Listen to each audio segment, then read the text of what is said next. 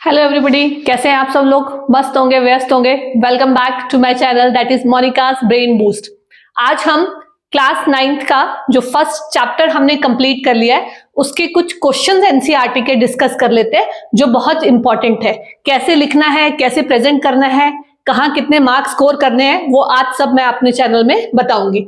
चलिए जी, स्टार्ट करते हैं, मेहनत करते हैं और अच्छे अच्छे नंबर लेते हैं। तो पहला क्वेश्चन क्या है? पहला क्वेश्चन है which of the following are matter. ठीक है, आपकी बुक में क्वेश्चन दिया होगा which of the following are matter, तो उसमें बहुत सारे ऑप्शन है। आंसर होगा chair, air, elements and cold drinks. कुछ में स्मेल ऑफ परफ्यूम दिया है, ठीक है, कोल्ड दिया है, हॉट दिया है। ये जो स्मेल ऑफ परफ्यूम है, कोल्ड है, हॉट है, ये तो आप महसूस कर रहे हो ना, ये मैटर नहीं है। मैटर मतलब जो किसी चीज से मिलके बनाओ, किसी थिंग के बारे में बात कर रहे हो, वो तो आपको फील हो रहा है। तो इसमें थिंग क्या होगी? चेयर हो गया, एयर हो गए, आलमंड किससे बने हैं, कोल्ड ड्रिंक, ये सब किसके फॉर्म है? मैटर के। ठीक है, तो पहला क्वेश्चन यही हो गया, इसका आंसर मैंने आपको यहां पे दे दिया। Next, give reason for the following observation. The smell of hot sizzling food reaches you several meter away, but to get the smell from cold food you have to go close। मतलब क्या है? मतलब ये है कि जब खाने में खाना बनता है ना, बड़ा टेस्टी सा मम्मी से खाना बनाती है ना, तो उसकी जो खुशबू है, उसकी जो महक है, वो दूर दूर तक लोगों को खींच लाती है। लेकिन अगर ठंडा खाना रखा हो ना, तो उसकी खुशबू ही नहीं आएगी। ऐसा क्यों होता है? ऐसा इसके पीछे बहुत इंपॉर्टेंट रीजन है, हमने पहले भी पढ़ रखा है कि इसका रीजन ये है कि जो हॉट पार्टिकल्स होते हैं, यानी जो हॉट फूड है, इसमें मोर काइनेटिक एनर्जी होगी।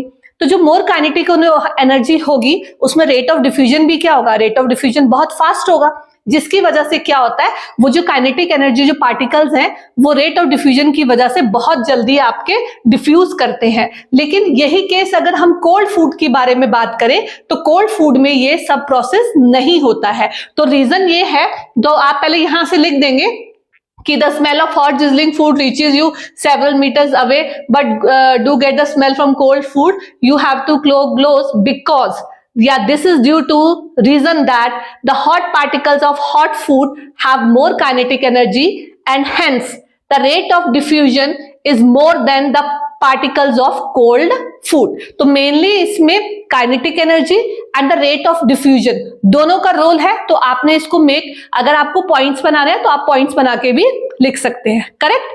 नेक्स्ट क्वेश्चन पे चलते हैं। नेक्स्ट क्वेश्चन है, a diver is able to cut through water in a swimming pool, which property of matter does this observation show. कि जब स्विमिंग पूल में जाते हैं तो हम ऐसे ऐसे करके, ऐसे पानी को, जैसे लगता है कि हम पानी को काट रहे हैं और हम आगे की तरफ बढ़ रहे हैं, कि कौन सी प्रॉपर्टी की वजह से है? तो रीजन ये है, दिस शोज दैट, इसमें ये पता लगता है कि जो पार्टिकल्स हैं वाटर के, उनमें इंटरमॉलिक्यूलर स्पेस है और उनमें लेस फोर्स ऑफ अट्रैक्शन है। देखो, पानी मतलब लिक्विड, हमने पहले ही पढ़ लिया था, लिक्विड में जो पार्टिकल्स होते हैं वो एज कंपेयर टू सॉलिड क्या होते हैं? थोड़े से दूर होते हैं, यानी उसमें गैप होगा और उसमें स्पेस होगा, और उसकी जो फोर्स ऑफ अट्रैक्शन है एज कंपेयर टू सॉलिड वो थोड़ी सी कम होती है। तो this is the reason for that. Okay, clear हो गया। Next question, question number 4, what are the characteristics of the particles of matter. देखो, कैरेक्टरिस्टिक्स लिखने, particle have space between them, particles have intermolecular force, particles of matter are moving continuously. ये सारी क्या है इसकी properties. अगर क्वेश्चन ये long में आ गया है ना, प्रॉपर्टी को एक्सप्लेन करना आ गया, तो पार्टिकल हैव इंटरमॉलिक्यूलर स्पेस, तो आप इंटरमॉलिक्यूलर स्पेस में सॉलिड, लिक्विड और गैसेस को कंपेयर कर सकते हैं और बोल सकते हैं कि सॉलिड में पार्टिकल्स बहुत क्लोज है, तो हम उसको इजीली कट नहीं कर सकते क्योंकि उसमें गैप ही नहीं होता है। सेकेंड, इंटरमॉलिक्यूलर फोर्सेस सॉलिड में बहुत ज्यादा होती है, लिक्विड में कम होती है, गैसेस में बहुत ही कम होती है। आप उसको डायग्राम के थ्रू शो कर सकते हो।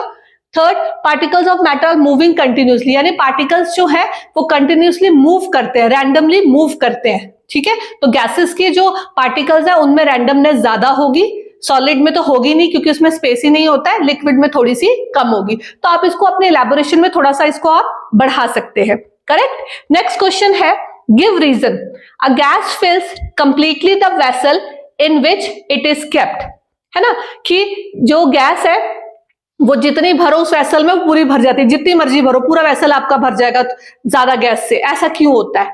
ऐसा इसलिए होता है कि जो मॉलिक्यूल है ना वो गैस के, उसमें काइनेटिक एनर्जी बहुत ज्यादा होती है, तो जिसकी वजह से क्या होता है वो कंटिन्यूअसली मूव करते हैं सारे डायरेक्शन में, है ना, कंटिन्यूअसली मूव करेंगे सारे डायरेक्शन में, and hence fill the vessel completely in which they are kept. तो उसमें वो जल्दी से भर जाते हैं क्योंकि उनमें रैंडमनेस बहुत ज्यादा है ना। हमने पढ़ा था ना गैसेस के पार्टिकल्स में degree of randomness, degree of diffusion बहुत ज्यादा है। तो जब हम इसको किसी खाली चैम्बर में भरते हैं ना तो मॉलिक्यूल में इतनी काइनेटिक एनर्जी होती है जिसकी वजह से वो हर जगह रैंडमली मूव करके ऑल डायरेक्शन में वो फिल हो जाते हैं। ओके, आगे आप बने रहिए मेरे चैनल के साथ, आगे और क्वेश्चंस हम डिस्कस करेंगे, आगे और पढ़ेंगे। तो लाइक करिए, सब्सक्राइब करिए। Bye bye.